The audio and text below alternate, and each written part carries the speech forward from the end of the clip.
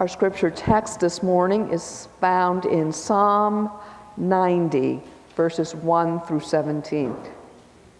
Lord, through all the generations, you have been our home. Before the mountains were born, before you gave birth to the earth and the world, from beginning to end, you are God. You turn people back to dust, saying, "Return to dust, you mortals. For you 1,000 years are as a passing day, as brief as a few night hours. You sweep people away like dreams that disappear. They are like grass that springs up in the morning. In the morning it blooms and flourishes, but by evening it is dry and withered. We wither beneath your anger. We are overwhelmed by your fury.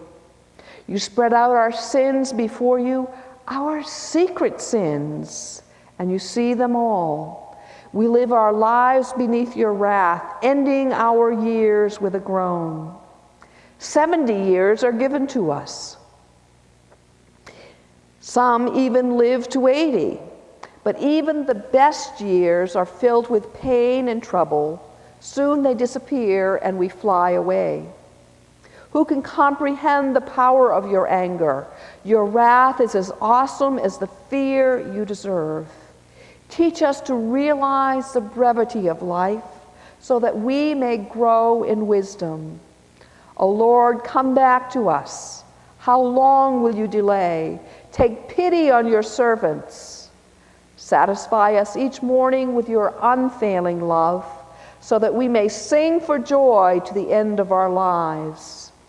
Give us gladness in proportion to our former misery.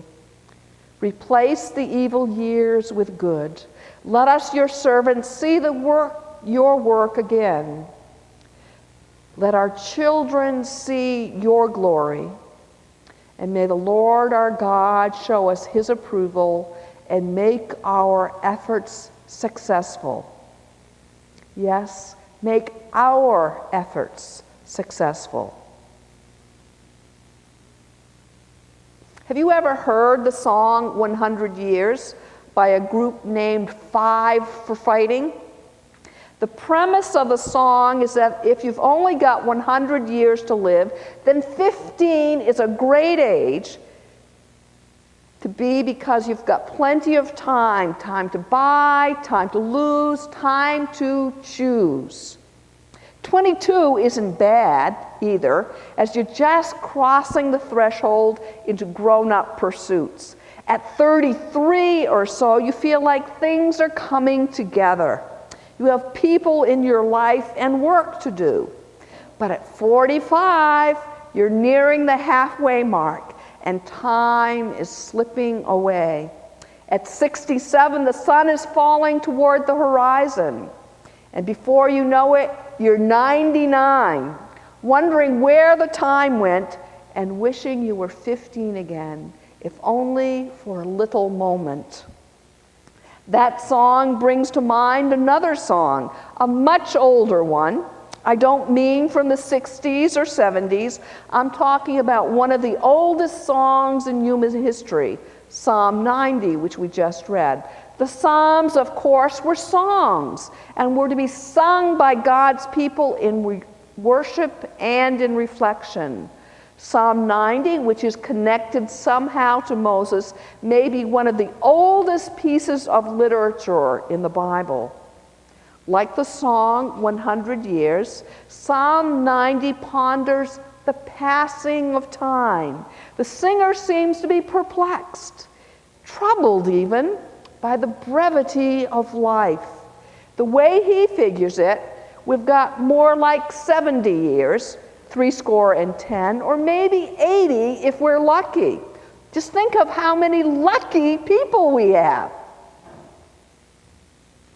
Whatever the number turns out to be, they pass quickly, he says, and before we know it, we've come to the end.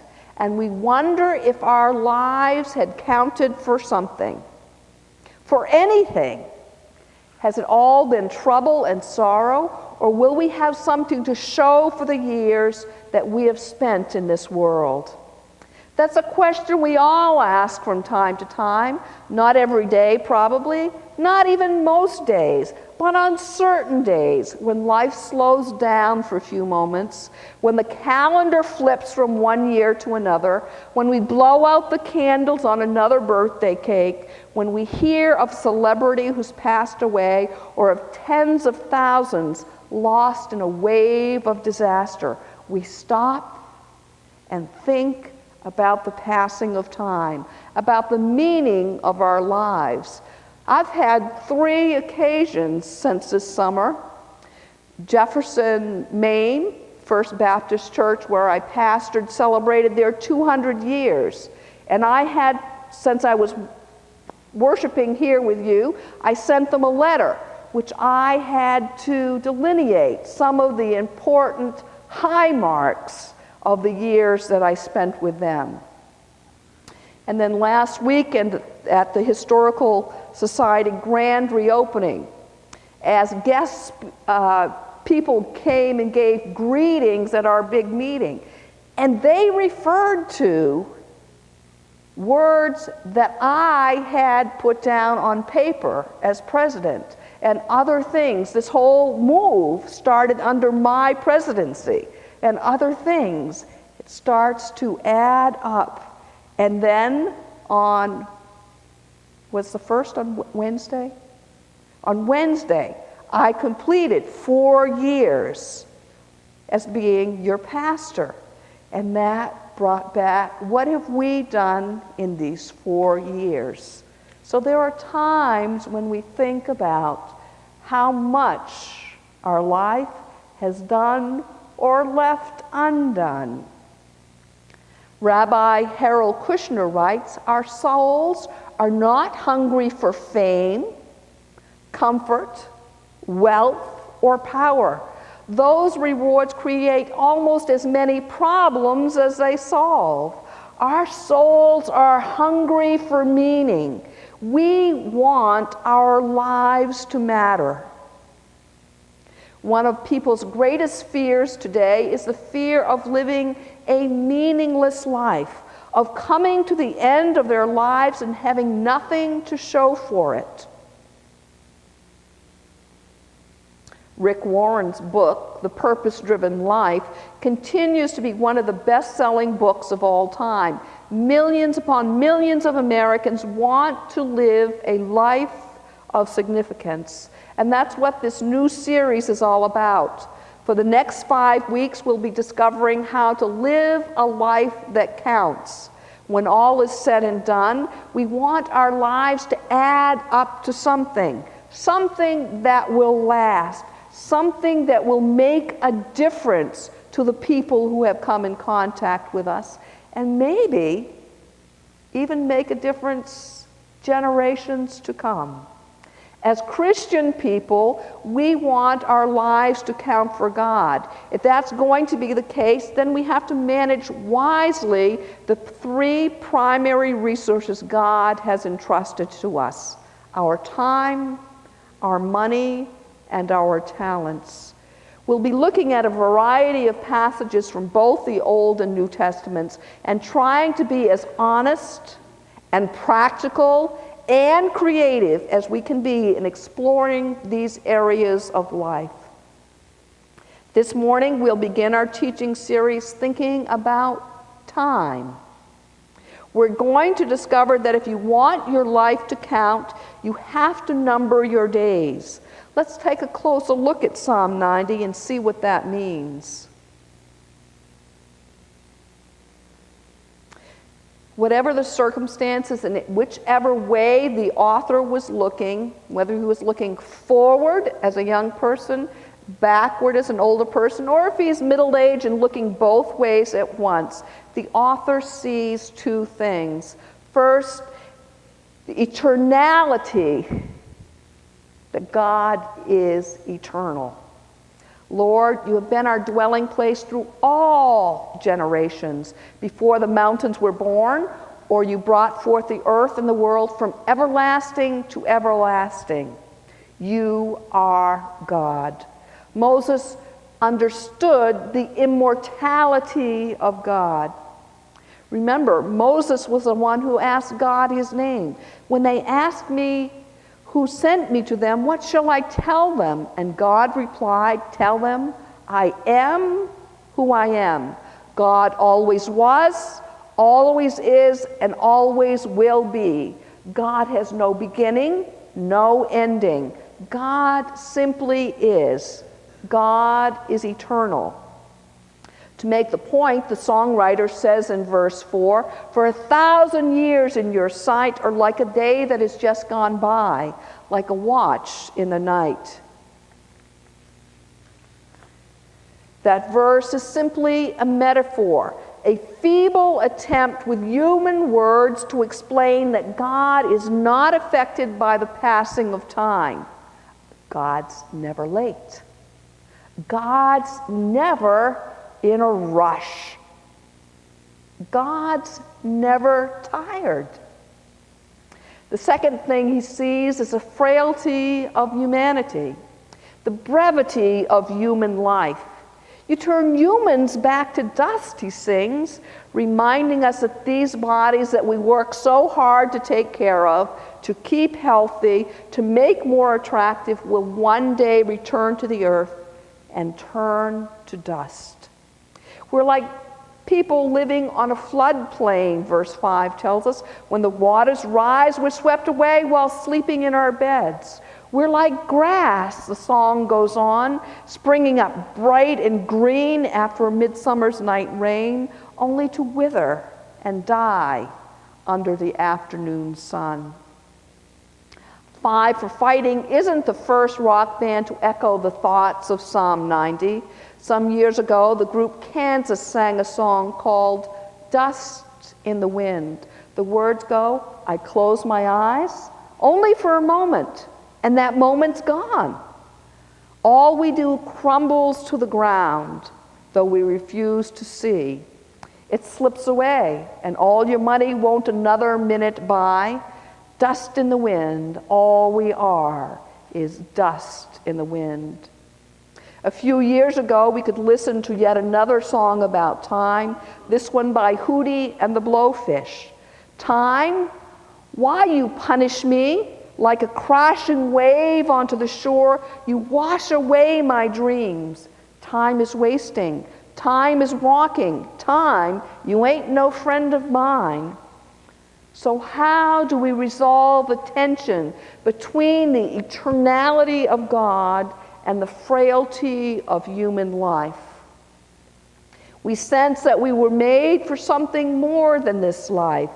God has set eternity into our hearts. We want to do something that will last, yet time so quickly catches up with us, and most of what we accomplish in this life turns to dust, along with the bodies that we inhabit. The castles we spend our lives building get washed away when the tidal wave called time washes over us.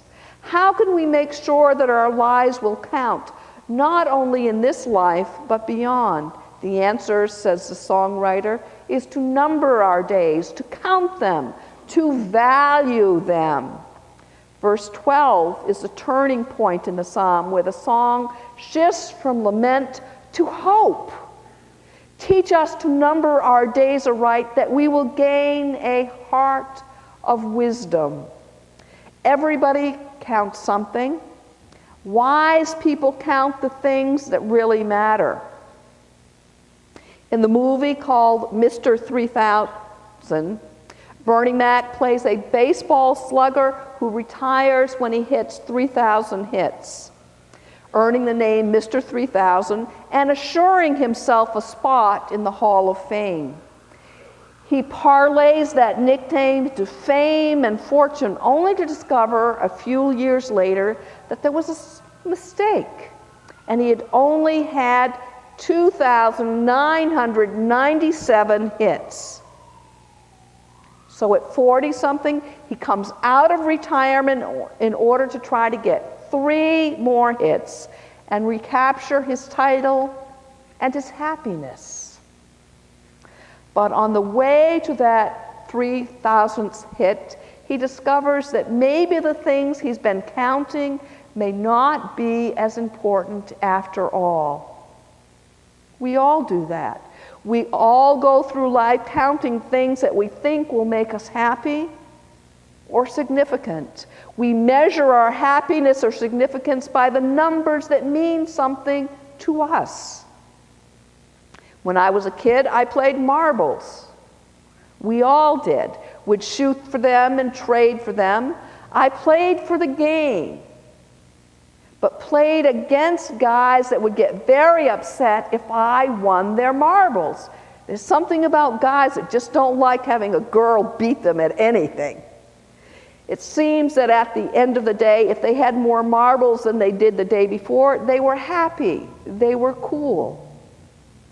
I'm not sure what kids count today. Video game scores, or the number of A's on their report card, or the wins and losses of their team. Teenagers count the number of friends they have, the number of colleges they get into. College students count grade points and credit hours. At least I hope some of them still do. Others count how many beers they can drink in a night, which somehow proves that they are adult. Adults measure their happiness and success by the number of bedrooms in their house, the cars in their garage, the degrees they have, their golf score, or the yield on their investments. And I'm pretty happy to say that I've not heard you talking about those things as being the most important in your life. Psalm 90 warns us not to go through counting the wrong things. If you want your life to count for something, number your days. Count the days in hours and minutes, value them, make the most of them, and measure your life by what you do with them. It seems to me that three things happen when we number our days. First, when we number our days, we realize how few of them we really have. Most people live like they have an unlimited number of days. We expect to live long lives and figure we have so many days we can't even count them all. But the songwriter reminds us that we have a limited number of days, 70 or 80 years by his reckoning. This may sound like a lot, especially if you're only 15, but when you do the math, when you actually number the days, you'll find out that you have something like 29,200 days if you live to be 80. And when put that way, it's not that many, just 30,000 days to live. Think about it in terms of money. It doesn't take long to spend $30,000, does it? That's a nice car, a partial year in a private college, maybe a year or two in a state college. That won't even get a down payment on a decent house around here.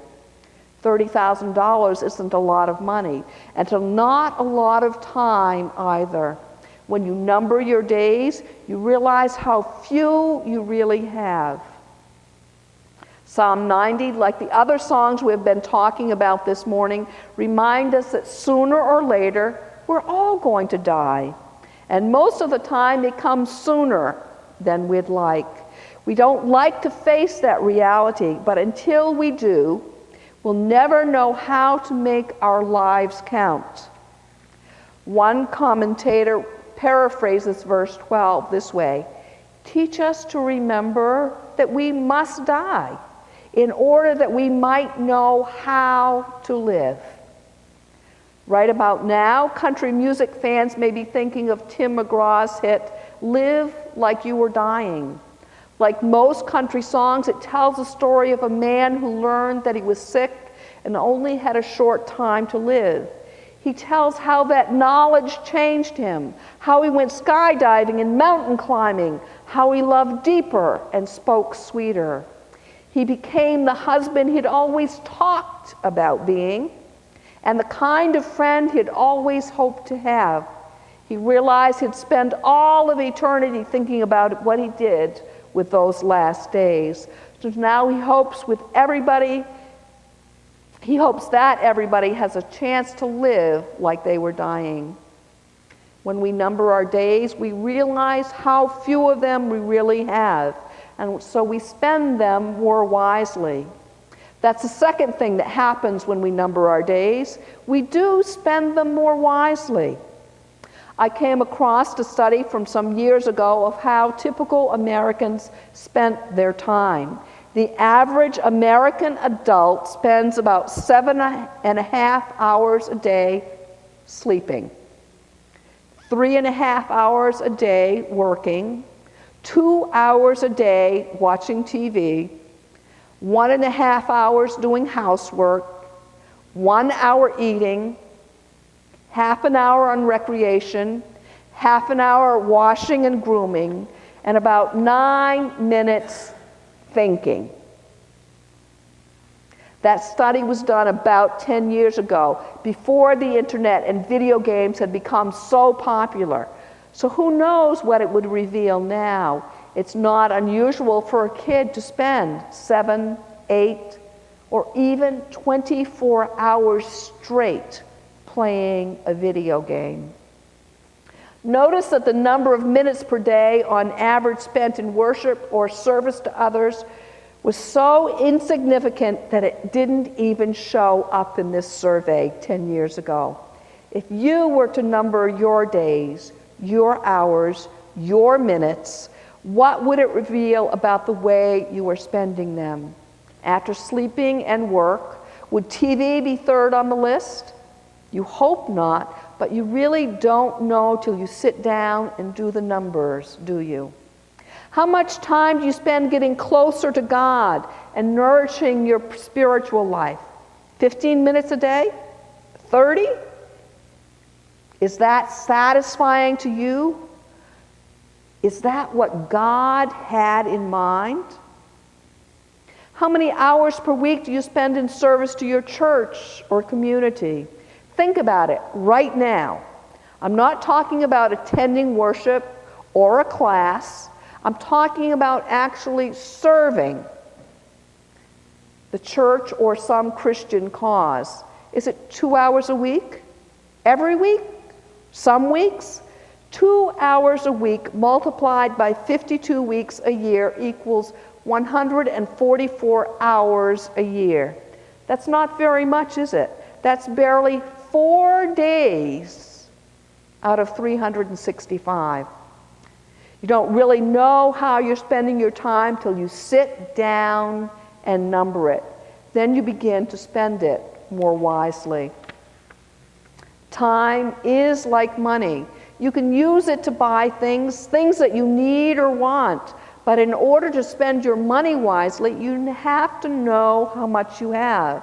If you go shopping without knowing how much you have, you can get in a lot of trouble. Either you can buy so much that you get to the checkout counter and don't have enough to pay for it, or thinking that you don't have enough money, you don't get some of those things that you really need.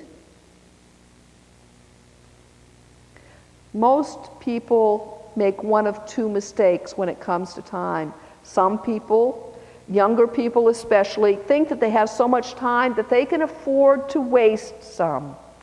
They think they'll get to the important things later when they're done with school, when their kids are older, when things aren't so busy at work.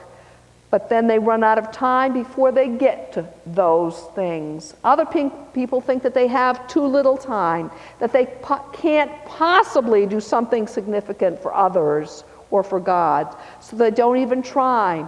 The thing about time, unlike money, is that we all have the very same amount to work with, 24 hours a day. And we all have just enough time for the things that God would have us to do. That's why it's so important to number your days and hours so you can understand how many you have to work with so that you can spend them wisely.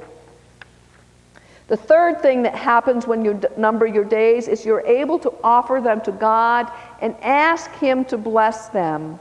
When we spend our days without really thinking about them, we miss the opportunity to ask God's blessing on them, to consider His purposes for that day, that year, even that hour. But when we number our days, then one by one we are able to offer them up to God and seek His direction and His blessing. When we do that, when we offer our days to God one by one, then our days begin to add up to something that will stand for eternity. The psalm ends on an upbeat note. Having faced the reality of death, and having accurately reckoned the number of days and determined to spend them wisely, the songwriter invites God's blessings on the days to come. Verse 14, satisfy in the morning with your unfailing love, that we may sing for joy and be glad all our days. Make us glad for as many days as you have afflicted us, for as many days as we have seen trouble. The songwriter is a realist. He's not kidding himself or us about how difficult life can be sometimes. But when we number our days and spend them wisely, then God is able to bless them and count them for something. Not only for the years of our lives, but for all eternity. Verse 17 reads, may the favor of the Lord our God rest upon us. Establish the work of our hands for us. Yes, establish the work of our hands. When we offer our days to God, He is able and faithful to bless them with eternal significance. When all is said and done, the only things that will count will be the things that you have done for God and with God. That's the sobering truth of this psalm, that most of the things we work so hard for, the things we count as important, will someday be forgotten. How much money we made, how many rooms we had in our house, how many deals we closed, how many games we won, how many vacations we took, time will wash them all away like a wave crashing onto shore. Certainly we should work and play and love to the best of our ability, but when we leave God out of the picture, when we fail to work and play and love for His glory, then all we do crumbles to the ground and is swept away like dust in the wind. Things that are done for Christ will last. The cups of cold water given in His name, the people we have pointed to Christ, the children and grandchildren that we have raised in the faith, the churches we have helped to build, the Bible lessons that we have lived and learned and shared with others, the money that we have invested in His kingdom. These things will stand for eternity. When we number our days, when we realize how few we have and how valuable they are, then we are careful to offer them to God and to live them for His purposes. None of us knows how many days and years that will be given on this earth. Maybe we'll get 100 years to live. I have 2 people 100 years old that get communion every month. Or maybe 70, or maybe less. But we all know how many years we've been given to this point. Suppose you were to draw a line under those years that you have lived right now and do a subtotal. Suppose you were to number the hours and days and years you have lived to this point. What would you have to show for them, eternally speaking? How many of them have you intentionally offered to God for His glory? What have you accomplished that will follow you into eternity? Who have you pointed toward Christ by your witness and your ministry? Where have you invested your time and money and talent in God's kingdom? And it's not only in the church that you are investing in God's kingdom. If you were to number the hours of the works of your hands to this point in life, would you be satisfied that you had numbered your days rightly? In the weeks to come, we'll talk more about our treasures and our talents, how we manage and invest them for eternal significance. But this morning, I want you to look at your whole life, at all of your days, those behind you and those yet to come. I want you to realize how few days you really have.